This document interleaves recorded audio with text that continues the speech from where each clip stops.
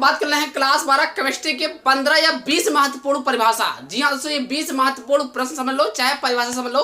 आज की वीडियो अगर आपने क्लिक कर दिया तो वीडियो को अंत तक देखना, क्योंकि ये वीडियो आज आपके लिए काफी इंपॉर्टेंट एंड यूजफुल होने वाला है। जी हाँ दोस्तों, मैं आज की इस वीडियो में आपको आंसर का साथ बताऊंगा, बिल्कुल आंसर भी बताएंगे। निश्चित रहिए मेरे भाई, क्योंकि इस वीडियो में आपको बहुत सारी जानकारियां मिलने वाली है, वो भी आंसर के साथ। तो बिल्कुल निश्चित रहिए। मैं बात कर रहा हूँ पहले नंबर क्वेश्चन क्या है, मोलरता किसे कहते हैं। मेरे भाई ये केमिस्ट्री के सबसे लास्ट मतलब कि सबसे खतरनाक वीडियो है, तो वही बोला ना कि अगर आपने क्लिक कर दिया तो अंत तक देखना। दूसरा नंबर क्या है कि मोलरता किसे कहते हैं। तीसरा नंबर क्या है, मोल अंश किसे कहते हैं। सबका आंसर भी बताऊंगा मेरे भाई, बार बार मैं बोल रहा हूँ, आंसर भी बताऊंगा, निश्चित रहिए। ठीक, चौथा नंबर क्या है, हेनरी के नियम किसे कहते हैं, आंसर भी बताऊंगा। पांचवा नंबर क्या है, कोलराउस के नियम किसे कहते हैं, आंसर भी बताऊंगा। छठवां नंबर क्या है, राउल्ट के नियम। सातवां नंबर क्या है, शून्य कोट की अपक्रिया किसे कहते हैं। आठवां नंबर क्या है, प्रथम कोट की अपक्रिया किसे कहते हैं, आंसर के साथ। बिल्कुल निश्चित रहिए। आपका अपना भाई मतलब तिवारी क्लासेस एचएम, आपका अपना भाई तिवारी क्लासेस एचएम आज आपको आंसर के साथ हर एक क्वेश्चन का आंसर बताएगा। बिल्कुल निश्चित रहिए, केमिस्ट्री खल्लास, बिल्कुल निश्चित रहिए मेरे भाई। 9 नंबर क्या है, रिडॉक्स विभव किसे कहते हैं, आंसर के साथ बताएंगे। ठीक मेरे भाई, मनमानक इलेक्ट्रॉन विभव जिसका दूसरा नाम क्या है, नन्नर समीकरण, वो भी आंसर के साथ बताऊंगा, आराम से देखो। ठीक, 11 नंबर क्या है, पेप्टिकल किसे कहते हैं, आंसर के साथ सूत्र भी बताएंगे। 12 नंबर क्या है, वास्तविक विलयन किसे कहते हैं तथा कोलाइटिव विलयन किसे कहते हैं, परिभाषित कीजिए। क्वेश्चन आपको इस तरह के पूछा गया, वास्तविक विलयन तथा कोलाइटिव विलयन किसे कहते हैं, परिभाषित कीजिए उदाहरण देकर। तो आंसर भी बताएंगे, बिल्कुल निश्चित रहिए। 13 नंबर क्या है, द्रव स्नेह और द्रववर्ती कोलाइट किसे कहते हैं, उदाहरण देकर समझाइए, आंसर भी बताएंगे। 14 नंबर क्या है, लिगेंड किसे कहते हैं। 15 नंबर क्या है, विशिष्ट चालकता किसे कहते हैं। बिल्कुल निश्चित रहिए, आज का अपना भाई बिल्कुल आंसर के साथ बताएगा। जी हाँ दोस्तों, चलिए हर एक क्वेश्चन को आंसर के साथ शुरू करते हैं, वो आंसर सही बताएंगे, वो भी आसान तरीके के साथ। जी हाँ दोस्तों, चलिए मैं बहुत इंपॉर्टेंट वीडियो पाने के लिए चैनल करना क्या है भाई, प्लीज चैनल को सब्सक्राइब कर लेते हो तो ये आपके लिए ही बेहतर और अच्छा होगा, क्योंकि मैं हमेशा फिजिक्स केमिस्ट्री मैथ पर वीडियो डालता रहता हूँ। जी हाँ दोस्तों, चलिए मैं बात कर रहा हूँ पहले नंबर। अब हम बात करते हैं पहले नंबर क्वेश्चन क्या है। पहले नंबर ये लिखा है मोलरता। जी हाँ दोस्तों, मोलरता किसे कहते हैं, ये आपका रहा क्वेश्चन। तो इसका आंसर आपको क्या देना है कि 1 लीटर बिलियन, ध्यान देना है भाई, क्या लिखा है, 1 लीटर बिलियन में उपस्थित विलय की मोनो की संख्या एनबी को मोलरता कहते हैं। इतना आपको पता हो गया मेरे भाई। इसका सूत्र बहुत जरूरी है, ठीक, सूत्र आपको याद रहना चाहिए। तो मोलरता बराबर क्या होता है, विलय का भार बटे विलयन का अणु भार गुणे 1000 बटे आयतन। ये रहा मोलरता। अगर आपसे कोई पूछता है कि मोलरता किसे कहते हैं, तो क्या बोलोगे, 1 लीटर विलयन में उपस्थित किसी विलय की मोलों की संख्या विलय की मोलों की संख्या एनबी को मोलरता कहते हैं। सूत्र की बात की जाए तो एम बराबर विलय का भार बटे विलय का अणु भार गुणे 1000 बटे आयतन। ये रहा आपका सूत्र, ये रहा आपका परिभाषा, मैंने बता दिया मेरे भाई। अब बात करते हैं दूसरा नंबर क्या है, मोलरता किसे कहते हैं। जितना इंपॉर्टेंट मोलरता है उतना इंपॉर्टेंट मोलरता, ध्यान रहे इसमें। मोलरता में बच्चे भटक जाते हैं, तो ध्यान दें, इसको देखना, आपको समझ किया है ना अच्छे से। इसमें क्या लिखा है, 1 लीटर विलायक, देखिए यहाँ फर्क दिख रहा है ना, यहाँ विलयन है, यहाँ विलायक है, तो इसमें इतना ही फर्क बस। 1 लीटर विलायक में उपस्थित विलय की मोलों की संख्या एनबी को विलय की मोलों की संख्या एनबी को मोलरता कहते हैं। मैंने क्या बोला, यहाँ पे विलयन है, यहाँ पे विलायक है, भाई इतना ही फर्क है। तो क्या बोला जाएगा, 1 लीटर विलायक में उपस्थित विलय की मोलों की संख्या एनबी को मोलरता कहते हैं। बात की जाए सूत्र में भाई, सूत्र क्या होता है, एम बराबर विलय का भार बटे विलय का अणु भार गुणे 1000 बटे विलायक का भार। बस ये सूत्र अप्लाई करो, बहुत यहाँ इधर तरीका दूसरा बता जाएगा, लेकिन जो मैं सूत्र बता रहा हूँ ये सूत्र आसान करना का ये मेरे भाई। तो करना क्या है मेरे भाई, इतना ही आपको समझना है, एम बराबर विलय का भार बटे विलय का अणु भार गुणे 1000 बटे विलायक का भार। ये रहा आपका, मैंने आपको मोलरता बता दिया, मोलरता बता दिया, दोनों बता दिया। अब आपको करना क्या है, स्क्रीनशॉट।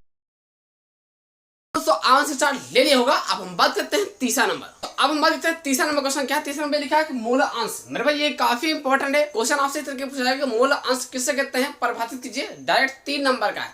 जी हाँ दोस्तों, तो आपको आंसर कैसे लिखना है कि विलयन में उपस्थित किसी एक घटक के मोलों की संख्या तथा विलय एवं विलायक की कुल मोलों की संख्या। कुल का मतलब होता है प्लस, वही लगा है प्लस। ठीक, तो फिर से पढ़ते हैं, विलयन में उपस्थित किसी एक घटक की मोलों की संख्या तथा विलय एवं विलायक की कुल मोलों की संख्या के अनुपात को मोल अंश कहते हैं। इसे x से प्रदर्शित करते हैं। ठीक, इसका सूत्र क्या हो जाएगा मेरे भाई, XA प्लस XB बराबर 1। ये रहा आपका सूत्र, मैंने बता दिया मोलस। अब हम बात करते हैं मेरे भाई, क्या लिखा है, हेनरी के नियम। चौथा नंबर काफी इंपॉर्टेंट है मेरे भाई। केमिस्ट्री के अंतर्गत हेनरी के नियम, कोलराउस के नियम, राउल्ट के नियम, तीनों में से कोई ना कोई टपकेगा। तो सबसे पहले आपको हेडन डालना है। चौथा नंबर क्या है, हेनरी के नियम।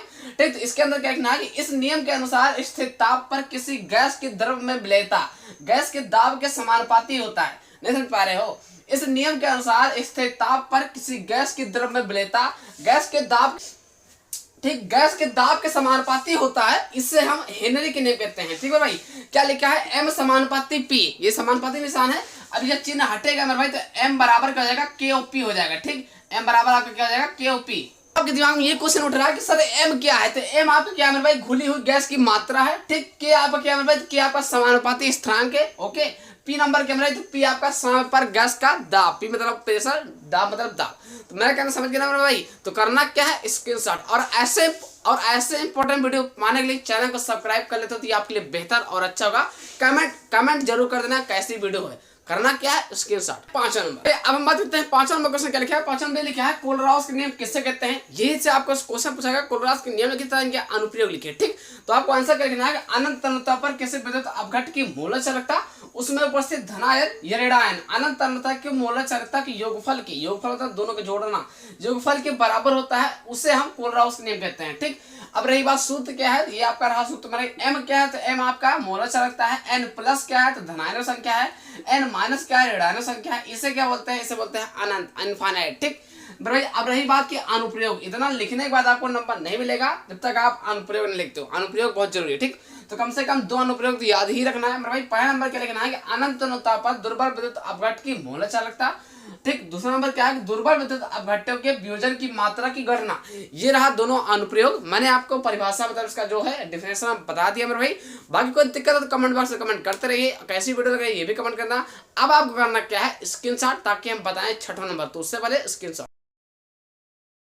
ऐसा दोस्तों आम से शॉट ले लिया होगा। ऐसे इंपॉर्टेंट वीडियो पाने के लिए फिजिक्स केमिस्ट्री मैथ पर चैनल को सब्सक्राइब कर लेते हो तो ये आपके लिए बेहतर और अच्छा होगा। जी हाँ दोस्तों, चलिए अब हम बात करते हैं 6वां नंबर। ठीक है भाई, अब हम बात करते हैं 6वां नंबर क्वेश्चन क्या। 6वां नंबर ये लिखा है राउल्ट के नियम। जी हाँ दोस्तों, आपसे क्वेश्चन इस तरह पूछाएगा कि राउल्ट के नियम किससे कहते हैं, इसको परिभाषित कीजिए तथा इनके 2 सीमाएं या 2 अनुप्रयोग या सीमाएं लिखिए। ठीक, ये रहा आपका क्वेश्चन। तो आपको आंसर कैसे लिखना है, जो मैं बताऊंगा बहुत आसान तरीके है। देखिए, केमिस्ट्री के अंतर्गत 3 नियम है, हेनरी के नियम, कोलराउस के नियम, राउल्ट के नियम। ये 3 नियम तैयार कर लेना है मेरे भाई। और फिजिक्स में क्या है, गॉस के नियम है ना, किरचॉफ के नियम, एम्पियर के नियम है ना, और कूलॉम का नियम, और एक और है ना जो बंद पास वगैरह, मतलब कि 5 नियम उसमें भी है। मैंने सब बता रखा है, फिजिक्स के 5 महत्वपूर्ण नियम बता रखा है। उसका लिंक डिस्क्रिप्शन बॉक्स में है, जाके आप प्ले लिस्ट चेक कर लो स्टेप बाय स्टेप, आपको अच्छा लगेगा कुछ। चलिए कोई बात नहीं हो तो बात की बात है, मतलब समझ गए होंगे तो भाई चेक करोगे। ठीक, यहाँ पे क्या है राउल्ट के नियम, इसका आंसर क्या हो जाएगा, बहुत सटीक बहुत आसान तरीका क्या लिखा है, किसी निश्चित ताप पर द्रव विलयन में उपस्थित किसी घटक का आंशिक वाष्प दाब उस घटक के मूल प्रवाह के समानुपाती होता है, उसे हम राउल्ट के नियम कहते हैं। ठीक, देखिए कई टीचर कई प्रकार लिखा सकते हैं, लेकिन मैं बहुत आसान तरीके लिखता हूँ। ठीक, सूत्र क्या हो जाएगा, P बराबर P not A x A plus P not B x B। ठीक, राउल्ट के नियम की सीमाएं जरूर लिखोगे तभी नंबर मिलेगा मेरे भाई। तो पहला सीमा क्या है, यह नंबर क्या लिखा है कि यह नियम केवल अतितनु विलयनों पर कार्य करता है। दूसरा नंबर अतितनु विलयनों पर कार्य करता है। दूसरा नंबर क्या है कि एनटीपी पर दोनों घटक आवासशील होने चाहिए। अब रही बात दिमाग में क्या उठ जाएगा कि एनटीपी का फुल फॉर्म क्या होता है, एनटीपी आखिर क्या है, तो इसका बता दे full form, natural temperature pressure, Hindi में क्या बोलते हैं, सामान्य ताप दाब। ये आपका हो जाएगा ना, तो लिख लेना साथ ही साथ मेरे भाई। करना क्या है, स्क्रीनशॉट। ठीक, कुछ नहीं करना है, स्क्रीनशॉट, बाकी कमेंट जरूर कर दे करो। आपने इसके साथ ले लिया होगा। अब हम बात करते हैं 7वां नंबर। तो अब हम बात करते हैं 7वां नंबर क्वेश्चन क्या है। 7वां नंबर लिखा है कि शून्य कोटि की अभिक्रिया किसे कहते हैं, इसका मतलब, तो क्वेश्चन आपको यही पूछा कि शून्य कोटि की अभिक्रिया किसे कहते हैं, इसका स्थिरांक का व्यंजक ज्ञात कीजिए। ठीक, ये काफी इंपॉर्टेंट, डायरेक्ट 5 नंबर का आता है। तो इसका आंसर क्या हो जाएगा भाई, वह अभिक्रिया जिसमें अभिकारक के किसी भी अणु का सांद्रण परिवर्तित नहीं होती है, अर्थात जिसका वेग अभिकारक के सांद्रण पर निर्भर नहीं करता है। जिसका जो वेग है अभिकारक के सांद्रण पर निर्भर नहीं करता है मेरे भाई, उसे हम शून्य कोटि की अभिक्रिया कहते हैं, कहलाती है। ठीक, उदाहरण की बात की जाए तो सूर्य के प्रकाश की उपस्थिति में H2 व Cl2 का संयोग, तो H2 प्लस Cl2 से आपका क्या बन जाएगा, 2HCl। भाई 2 और 2 2 हो जाएगा, HCl हो जाएगा, मतलब H2 प्लस Cl2 बराबर 2HCl। किसकी उपस्थिति में, सूर्य की उपस्थिति में। ऐसे आपको पूरा याद करना पड़ेगा, तब आपको 5 नंबर आपके हाथ में होगा। ठीक है भाई, इसके बाद यहाँ से यहाँ तक लिखने के बाद ये लिखना है कि शून्य कोटि की वेग स्थिरांक का व्यंजक जरूर लिखना है हेडिंग डाल के। अब इसके नीचे क्या लिखना है कि शून्य कोटि की अभिक्रिया के वेग स्थिरांक का व्यंजक x बराबर kt है। x क्या है, तो x आपका अभिकारक है, t क्या है, समय में अभिक्रिया है। के क्या है? अभिक्रिया का वेग स्थिरांक।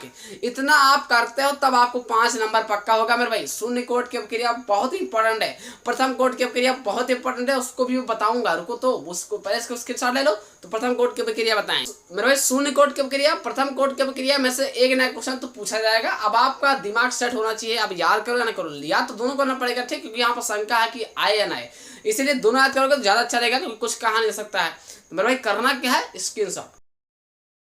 दोस्तों आप इसके स्टार्ट ले लिया होगा। अब हम बात करते हैं 8वां नंबर। अब हम बात करते हैं 8वां नंबर क्वेश्चन। क्या 8वां नंबर ये लिखा है कि प्रथम कोट की अभिक्रिया लिखी तथा इसका वेग स्थिरांक का व्यंजक कीजिए। ये भी काफी इंपॉर्टेंट क्वेश्चन है भाई, उदाहरण देकर समझाना होगा। ये काफी 5 नंबर का है। शून्य कोट की अभिक्रिया, शून्य कोट की अभिक्रिया, प्रथम कोट की अभिक्रिया, दोनों क्वेश्चन में से क्वेश्चन पूछा जाएगा।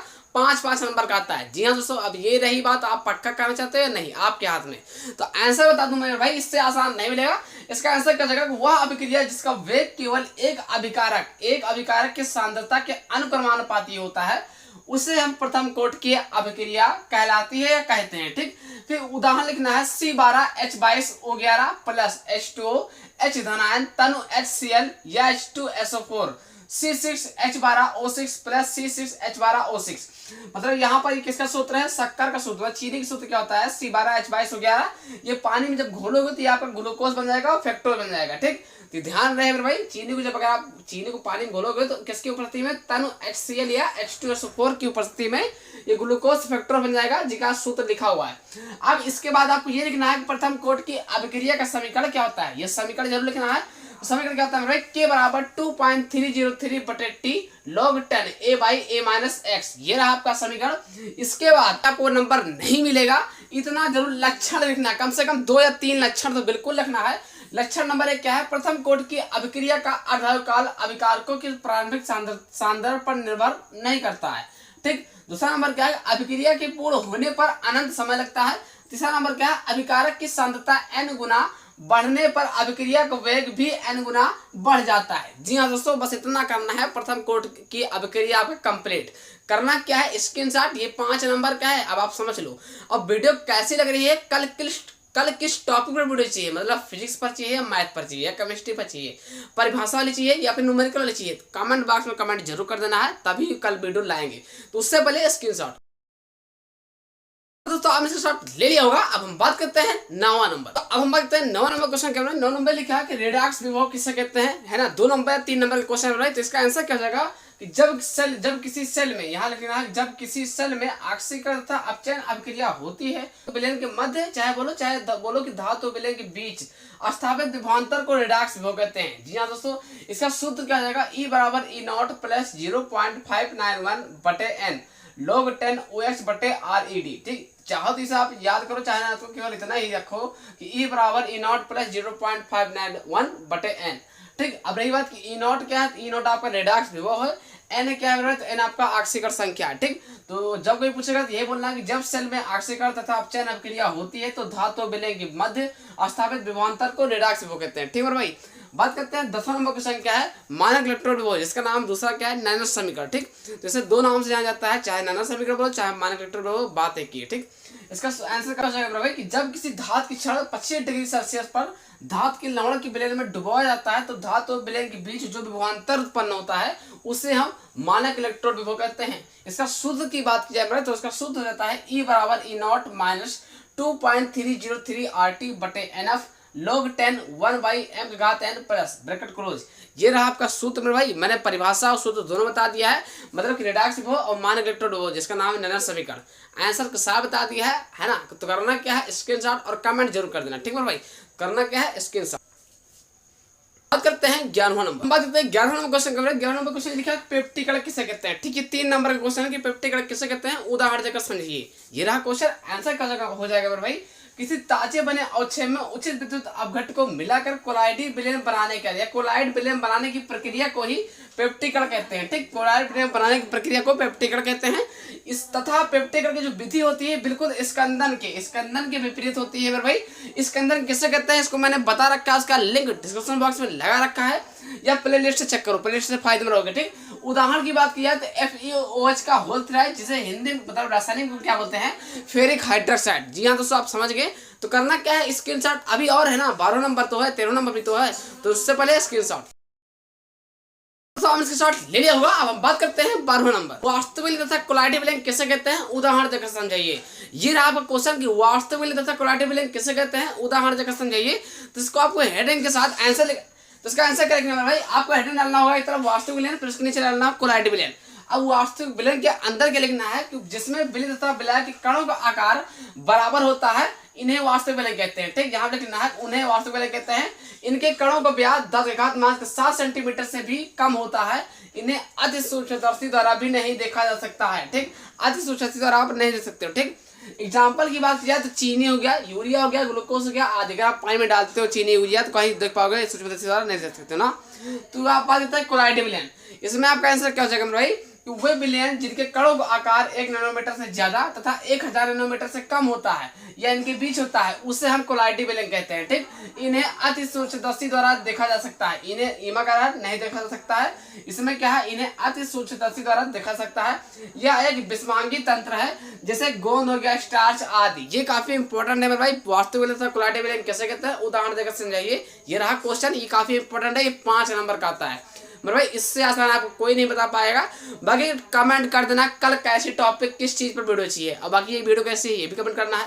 करना क्या है आपको, स्क्रीनशॉट, क्योंकि अभी और तो है ना, तो स्क्रीनशॉट तो हमने स्टार्ट ले लिया होगा। अब हम बात करते हैं 13वां नंबर। क्वेश्चन ये लिखा है द्रव स्नेही तथा द्रव विरोधी कोलाइट किसे कहते हैं, उदाहरण देकर समझाइए। ये रहा क्वेश्चन, आंसर कर जाएगा भाई वे कोलाइट। आपको हेडिंग डालना है कि द्रव स्नेही कोलाइट। ठीक, अब इसके अंदर क्या कहना है, वे कोलाइटी पदार्थ जो विलायक के संपर्क में आकर तुरंत कोलाइटी कणों में विभाजित होकर कोलाइटी विलयन बनाते हैं, बनाने की प्रक्रिया को द्रव स्नेही कोलाइट कहते हैं। मेरे भाई क्या बोला मैंने, वे कोलाइटी पदार्थ जो विलायक के संपर्क में आकर तुरंत कोलाइटी कणों में विभाजित होकर कोलाइटी विलयन बनाते हैं, उन्हें द्रव स्नेही कोलाइट कहते हैं। एग्जाम्पल की बात की जाए जिलेटिन, स्टार्च, आदि। ये ठीक मेरे भाई। अब आपको हेडिंग डालना है द्रव विरोधी कोलाइट। इसके अंदर क्या लिखना है, वे कोलाइटी पदार्थ जो विलायक के संपर्क में आने पर सरलता से कोलाइटी विलयन नहीं बनाते हैं। इसमें क्या है, बना करके विभाजित होते हैं, किसमें क्या है, सरलता से कोलाइटिव विलयन नहीं बनाते हैं, उन्हें द्रव विरोधी कोलाइट कहते हैं। एग्जाम्पल की बात की जाए तो FeOH का होता है, जिसे बोलते हैं फेरिक हाइड्रोक्साइड। जी हाँ दोस्तों, बस इतना ही करना है भाई 13वां नंबर क्वेश्चन में, इतना ही करना है। करना क्या आपको स्क्रीनशॉट, बाकी कमेंट जरूर कर देना है कल किस टॉपिक पर वीडियो चाहिए। करना क्या है इसका स्क्रीनशॉट। दोस्तों हमने स्क्रीनशॉट ले लिया होगा। अब हम बात करते हैं 14 नंबर क्वेश्चन। अब हम बात करते हैं 14 नंबर क्वेश्चन के बारे में। 14 नंबर क्वेश्चन लिखा है कि लिगेंड किसे कहते हैं। लिगेंड भी काफी इंपॉर्टेंट, ये 3 नंबर का आता है। जी हाँ दोस्तों, इसका आंसर क्या है, वह आयनिक चीज जो संकर यौगिक में केंद्रीय धातु आयन से अस्थायी रूप से जुड़ी होती है। नहीं समझे पा रहे हैं, क्या लिखा है, वह आयनिक चीज जो संकर यौगिक में केंद्रीय धातु आयन से अस्थायी रूप से जुड़ी होती है, उन्हें हम लिगेंड कहते हैं। जी हाँ दोस्तों, बस इतना ही करना है। उदाहरण की बात की जाए, मतलब एग्जाम्पल की बात की जाए, तो इसका एग्जाम्पल क्या हो जाएगा, देखिए पहले आपको बात कमेंट कर देना है कि कल किस टॉपिक पर वीडियो चाहिए, समझ गए ना। तो कमेंट बॉक्स में कमेंट जरूर कर देना है, क्योंकि ये लास्ट है ना, खत्म होने वाला है, तो कमेंट करके ही जाइए। उदाहरण की बात की जाए तो K4 ब्रैकेट के अंदर क्या है, Fe ब्रैकेट भी छोटा वाला, फिर Cn ब्रैकेट क्लोज 6 एक बड़ा ब्रैकेट है, मतलब है कैपिटल ब्रैकेट में Cn रेडायन। Cn क्या है, माइनस का आयन लिगेंड है, मतलब जैसे लिखा है ऐसे लिखकर आप याद कर लो। ठीक, आपको बता दिया Cn आयन जो रेडायन, मतलब Cn जो है माइनस का आयन लिगेंड है। बस इतना अगर आप करते हो 3 नंबर आपका यहाँ से पक्का हो जाएगा। जी हाँ दोस्तों, केमिस्ट्री का काफी इंपॉर्टेंट क्वेश्चन है, पहले ही आपको दिया जाएगा। फिर बात करते हैं 15 नंबर क्वेश्चन क्या है, जो सबसे ज्यादा जरूरी है। इसका नाम क्या है, विशिष्ट चालकता किससे कहते हैं, परिभाषित कीजिए, इसका उदाहरण देकर समझाइए। क्वेश्चन आपसे यही पूछा जाएगा कि विशिष्ट चालकता किससे कहते हैं, उदाहरण देकर समझाइए। तो इसका आंसर क्या जाएगा भाई, किसी चालक के विशिष्ट प्रतिरोध के व्युत्क्रम को उस चालक की विशिष्ट चालकता कहते हैं।